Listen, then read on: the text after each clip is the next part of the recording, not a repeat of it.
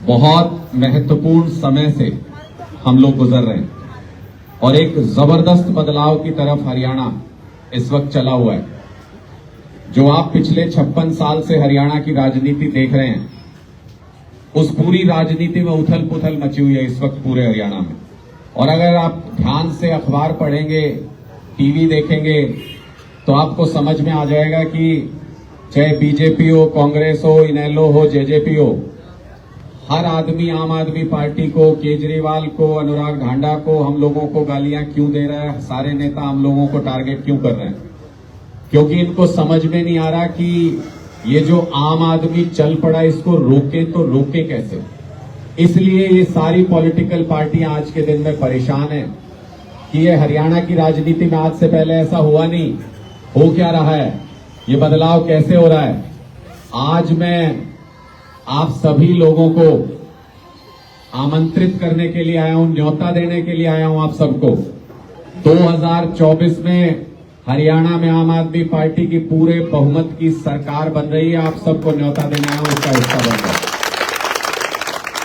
आप सबको न्योता देने आया हूं कि इसका हिस्सा बन जाओ। और कुछ साथी कह रहे थे देर बहुत हो रही है, तो मैं आप पे छोड़ता हूं, कितनी देर सुनना चाहते हो। मेरी आदत है, मैं हमेशा पूछ के बोलता हूं सामने से कि कितना सुनना चाहते हैं। मैं एक भारत माता का नारा लगाऊंगा और आप जितनी आवाज में जवाब देंगे मैं उतनी देर बोलूंगा। कोई नेतागिरी का कीड़ा नहीं, अगर जवाब नहीं दोगे राम राम करके हाथ जोड़ के बैठ जाऊंगा। और अगर मजबूत आवाज में जवाब दोगे तो 5-10 मिनट के अंदर आम आदमी पार्टी की विचारधारा को बहुत मजबूती से आपके सामने रखूंगा। तो बंद मुट्ठी करके सारे माताएं, बहनें, बुजुर्ग, युवा, सब जितने भी हैं, बंद मुट्ठी करके हाथ ऊपर करके सभी इस तरीके से हाथ ऊपर करो सारे सारे। भारत माता की, भारत माता की, इनकलाब, इनकलाब। ये जो आम आदमी की आवाज है, इससे डरती हैं ये पॉलिटिकल पार्टियां। ये कांग्रेस, बीजेपी, इनेलो, जेजेपी, जितनी राजनीतिक पार्टियां हैं, ये आपकी आवाज से डरती हैं। और जब जब आप तेज आवाज में नारे लगाओगे तब तब ये डरेंगे। सारे के सारे नेता डर के आपके पास आएंगे, डर इनके चेहरे पे नजर आएगा। मैं आज शुरुआत वहां से कर रहा हूं, जो अपने आप को चौधरी बताते हैं इस इलाके का। मैं आज वहां से शुरुआत कर रहा हूं कि डर कैसे आदमी से कुछ कुछ बुलवाने लगता है। आम आदमी पार्टी का आज के दिन में हर गांव के अंदर 7000 गांव है हरियाणा में। मैं चुनौती देता हूं कांग्रेस, बीजेपी जैसी बड़ी पार्टियों को, एक मंच पे खड़े हो जाएं, किसी भी गांव का नाम बोलें, हम वहां पे अपने 21 कार्यकर्ताओं का नाम बताएंगे और कांग्रेस और बीजेपी वाले अपने बताएंगे। आज आम आदमी पार्टी का संगठन हरियाणा के हर गांव तक पहुंच चुका है। इसलिए इनको ये लग रहा है कि अब ये जो तूफान आ रहा है आम आदमी का, जो दिल्ली और पंजाब में इनकी राजनीति खत्म कर चुका है, अब वो हरियाणा के अंदर भी बहुत जोर शोर से वो तूफान चलने वाला है। इसलिए बौखलाने लग गए बड़े बड़े नेता। भूपेंद्र हुड्डा जी जो 10 साल सीएम रहे हरियाणा के, उनका एक छोटा सा बयान, आजकल वो कह रहे हैं अगर मैं सीएम बन गया तो ब्राह्मण को डिप्टी सीएम बना दूंगा, दलित को डिप्टी सीएम बना दूंगा, ओबीसी को डिप्टी सीएम बना दूंगा। मैंने कहा हुड्डा साहब 36 जात है समाज में, कितने डिप्टी सीएम बनाओगे ये बताओ। ये क्यों बोल रहे हैं आज? पहले नहीं बोली इन्होंने कभी ये बात। ये इसलिए बोल रहे हैं कि इनके दिमाग में गलत फहमी, एक फितूर बैठ गया है। इनको किसी ने समझा दिया कि हुड्डा साहब सिर्फ जाट जाट वोट दे रहे हैं आपको, बाकी कोई बिरादरी वोट नहीं दे रही। तो इनको लगा कि बाकी बिरादरियों को कैसे लुभाएं, बाकियों का वोट कैसे हासिल करें, तो सबके डिप्टी सीएम बनाने निकल पड़े। लेकिन ये इनकी गलतफहमी है। मैं हुड्डा साहब को बता रहा हूं, सुन ले ध्यान से, ये इनकी गलतफहमी है। या तो खुद दूर कर लो, नहीं तो 2024 में हरियाणा की जनता दूर कर देगी। जाट भी वोट नहीं दे रहे आपको। क्यों वोट देंगे भाई? किस लिए वोट देंगे? 25 साल कांग्रेस पार्टी का राज रहा है हरियाणा के अंदर। 25 साल, 10 साल हो गए बीजेपी का राज चल रहा है हरियाणा के अंदर। क्या दे दिया आपको, क्या बदल गया आपकी जिंदगी में, मुझे समझाओ आप। आपके गांव के स्कूल बहुत अच्छे हो गए हो, आपके गांव में अस्पताल बहुत अच्छे खुल गए हो, आपके यहाँ बिजली 24 घंटे या फ्री आने लग गई हो, आपके घर घर पे पीने का बढ़िया पानी आता हो, फ्री में आता हो, आपके सारे बच्चे नौकरी लग गए हो।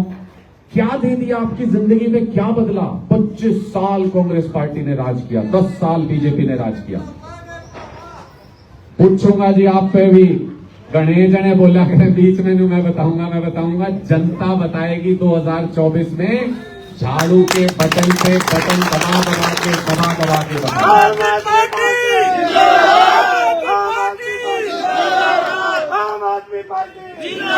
हमें नहीं फर्क पड़ता इन चीजों से। बहुत लोग बौखलाएंगे चुनाव तक, बहुत शोर मचाएंगे, हड़कंप मचाएंगे। इन्होंने पहले मनीष सिसोदिया को जेल में भेज दिया, सत्येंद्र जैन को जेल में भेज दिया, संजय सिंह को जेल में भेज दिया, जिसका दिल्ली सरकार से कोई लेना देना नहीं, उत्तर प्रदेश से आते हैं। उनको भी बोले दिल्ली में कोई घोटाला आया तू भी जेल में जा। संजय सिंह को भी जेल में भेज दिया। पहले तो आप लोग ये नहीं सुनते थे कि ये नेता जेल नहीं जाते, कुछ भी भ्रष्टाचार कर ले नेता कभी जेल नहीं जाते, किसी पार्टी की सरकार आ जाए। अब अचानक से क्या हो गया?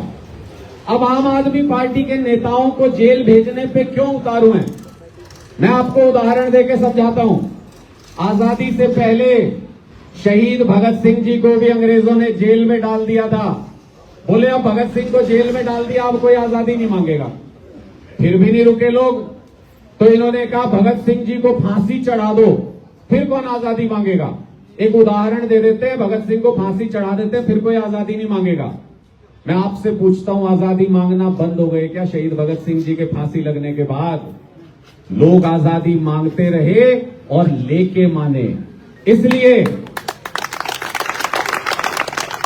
इनकी गलतफहमी है कि संजय सिंह को जेल में डाल दो, मनीष सिसोदिया को जेल में डाल दो, फिर कौन आम आदमी बात करेगा कि बिजली फ्री दे दो, पानी फ्री दे दो, बच्चों को नौकरियां दे दो। अरे जिसको जेल में डालना है डाल दो। अब ये कह रहे हैं केजरीवाल जी को जेल में डालेंगे, डाल दो। क्या उससे आम आदमी का इनकलाब रुक जाएगा? नहीं रुकता, नहीं रुकता किसी भी हालत में। अपने दिमाग में एक चीज बिठा लीजिए, जब आम आदमी खड़ा होता है तो इनकलाब आता है, और वो इनकलाब रुका नहीं करते। मुझे नहीं मालूम, हमने जिस दिन राजनीति ज्वाइन की थी, जिस दिन राजनीति में आए थे, केजरीवाल जी ने भी कहा था कि नहीं डरते तुम्हारी पुलिस, सीबीआई और ईडी से। और जिस दिन हमने राजनीति ज्वाइन की थी, उस दिन हमने ये कह दिया था कि नहीं डरते तुम्हारी ईडी से, सीबीआई से, पुलिस से। कोई डर नहीं है। मुझे नहीं मालूम 2024 तक जब सरकार बनेगी आम आदमी पार्टी की हरियाणा के अंदर, मुझे नहीं मालूम कि हम जेल में होंगे कि बाहर होंगे। मुझे ये भी नहीं मालूम कि इस दुनिया में होंगे कि नहीं होंगे। सब तरीके के हथकंडे अपनाएंगे। अभी तो ये जेल में भी डालेंगे, गोली भी मारेंगे, सब कुछ करेंगे। मुझे नहीं मालूम कि मैं होऊंगा कि नहीं होऊंगा, वो पल देखने के लिए। लेकिन आज यहां गारंटी देके जा रहा हूं, इतिहास में दर्ज होगी ये बात कि 2024 में एक तरफा बहुमत से सरकार बनाएंगे हरियाणा के अंदर। हम रहे न रहे, हरियाणा के लोगों की 2024 में बिजली फ्री होने से कोई नहीं रोक सकता, कितना ही बड़ा नेता बैठा हो बीजेपी कांग्रेस के अंदर। हम रहे न रहे, आपके बच्चों के लिए शानदार सरकारी स्कूल बनने से कोई रोक नहीं सकता। मैंने बताया आपको 25 साल कांग्रेस पार्टी, 25 साल लगते हैं क्या प्रदेश बदलने में? 25 साल लगते हैं जिंदगी बदलने में लोगों की। हमको 5 साल मौका मिला दिल्ली के अंदर। पहले 5 साल के अंदर दिल्ली के सारे सरकारी स्कूलों की तस्वीर बदल के रख दी केजरीवाल जी ने। और जब दूसरे चुनाव में वोट मांगने गए तो सीना चौड़ा करके हाथ जोड़ के सिर्फ ये कहा था कि अगर काम किया हो तो वोट देना, वरना वोट मत देना।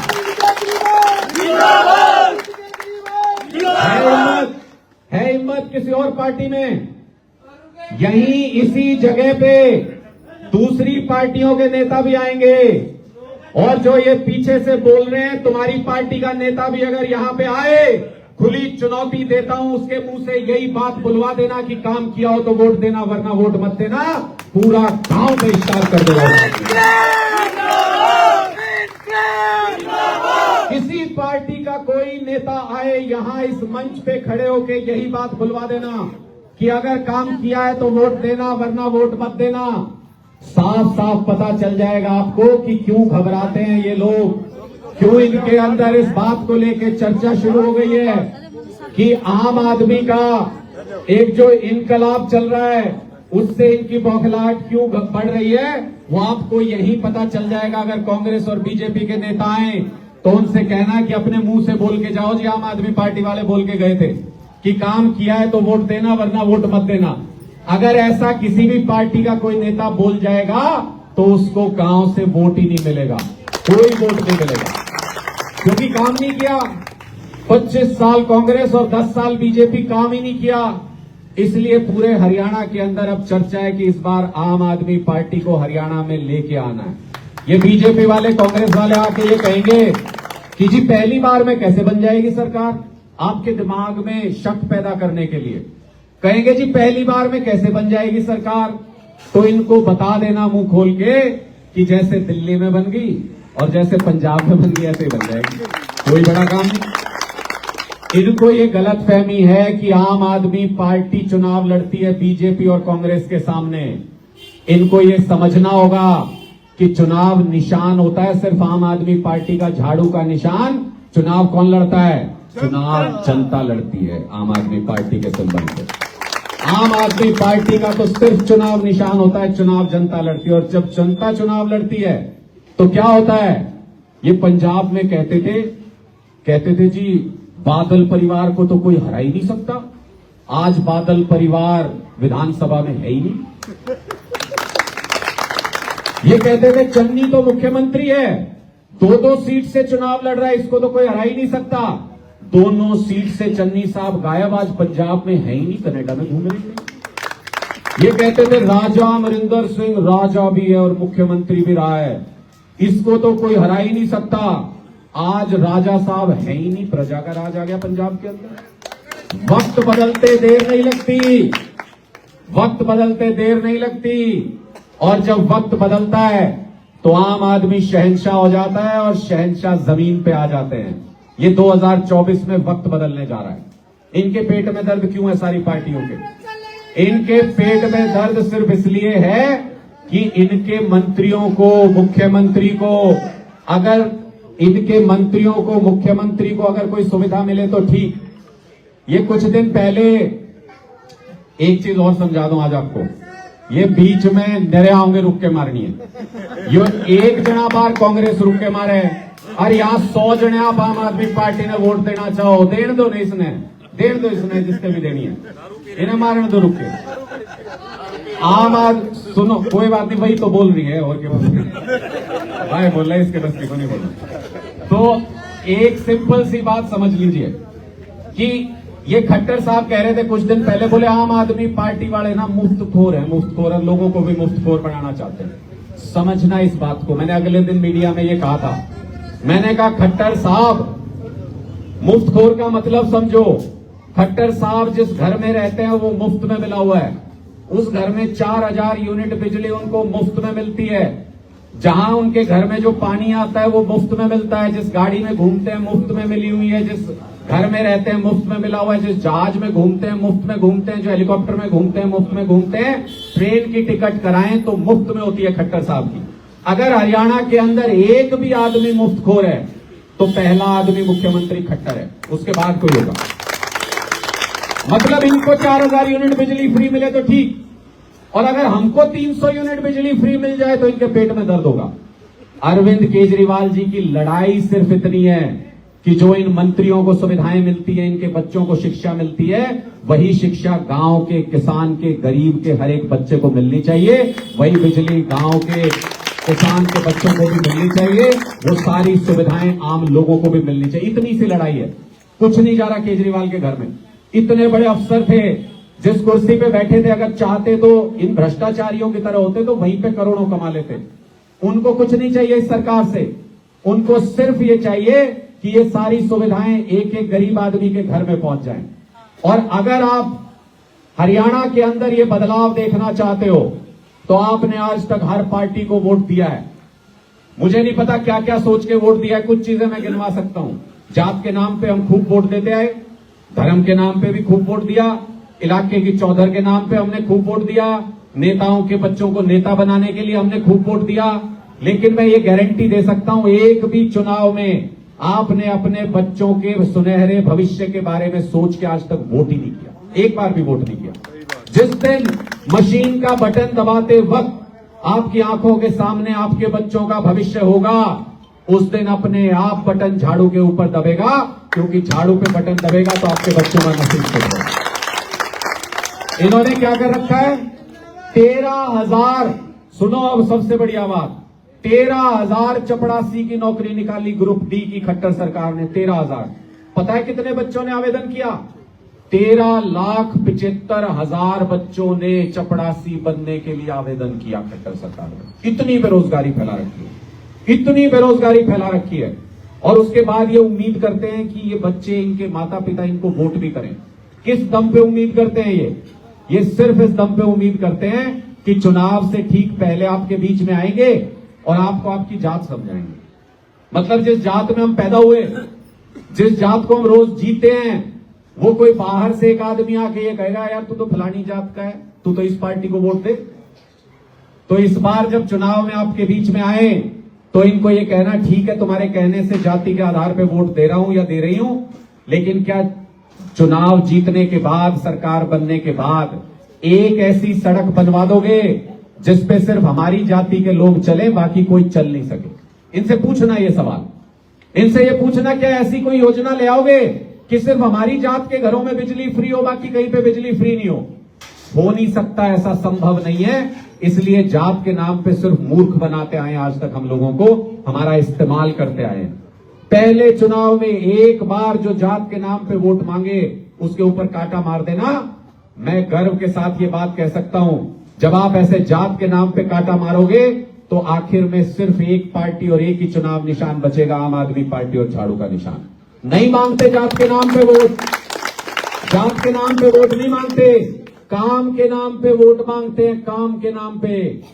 जब स्कूल बनेगा तो उसमें हर जात का बच्चा पढ़ेगा, जब अस्पताल बनेगा तो हर जाति के व्यक्ति का इलाज होगा।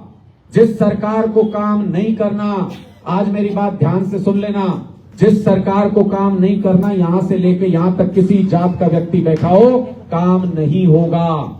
और जिस सरकार को काम करना हो तो यहां से लेके यहां तक किसी भी जाति का व्यक्ति बैठा हो, काम होके रहेगा।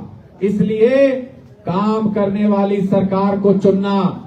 जिस दिन आप काम करने वाली सरकार चुनोगे उस दिन इनकलाब आ जाएगा, उस दिन बदलाव आ जाएगा हरियाणा के अंदर। और 2024 में इसी बदलाव का हरियाणा इंतजार कर रहा है, इसी इनकलाब का हरियाणा इंतजार कर रहा है। अगर आपको मेरी ये बात समझ में आई हो और अगर इस इनकलाब से आप भी जुड़ना चाहते हो तो एक बार मेरे साथ भारत माता का नारा बुलंद कीजिएगा। उसके बाद मैं अपनी वाणी को विराम दूंगा।